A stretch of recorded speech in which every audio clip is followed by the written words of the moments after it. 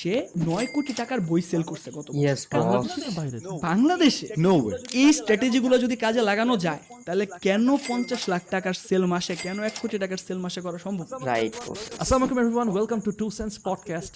আজকের যে পডকাস্টের গেস্ট আমাদের সাথে আছে খুবই ইয়াং এবং খুবই সাকসেসফুল একটা ছেলে, মাশাআল্লাহ। ছেলেটার বয়স হচ্ছে মাত্র 24 বছর, কিন্তু গত 3 বছরে সে 4 কোটি টাকার উপরে রেভিনিউ জেনারেট করেছে। টাকাটা বিষয় না, আমরা সবসময় ফোকাস করি তার স্ট্র্যাটেজি, কি শিখতে পারি তার কাছে। Shahroz, welcome to to sense podcast. এইরকমই আজকে What তোমার কাছে man? শিখতে যাচ্ছি ভাই, হোয়াট আর ইউর স্ট্র্যাটেজিস, কিভাবে তুমি এটা করতে পারলা? ধন্যবাদ। আসসালামু আলাইকুম। প্রথমত শুরুর কথা যদি বলি, আমার শুরুটা খুবই কষ্টের ছিল। এমনকি মানুষের বাসার ওয়াইফাই ব্যবহার করে আমার শুরুটা ছিল, যেটা আসলে এই প্রিভিলেজটুকু আমার ছিল না। কারণ মানুষের বাসায় ওয়াইফাই ব্যবহার করতে হয়েছে। পরিবার থেকে প্রথম দিকে খুব বেশি একটা সাপোর্ট দেয়নি, পরিবারের Good বিরুদ্ধে knowledge. যে আমার এই কাজগুলো করতে। সে 9 কোটি টাকা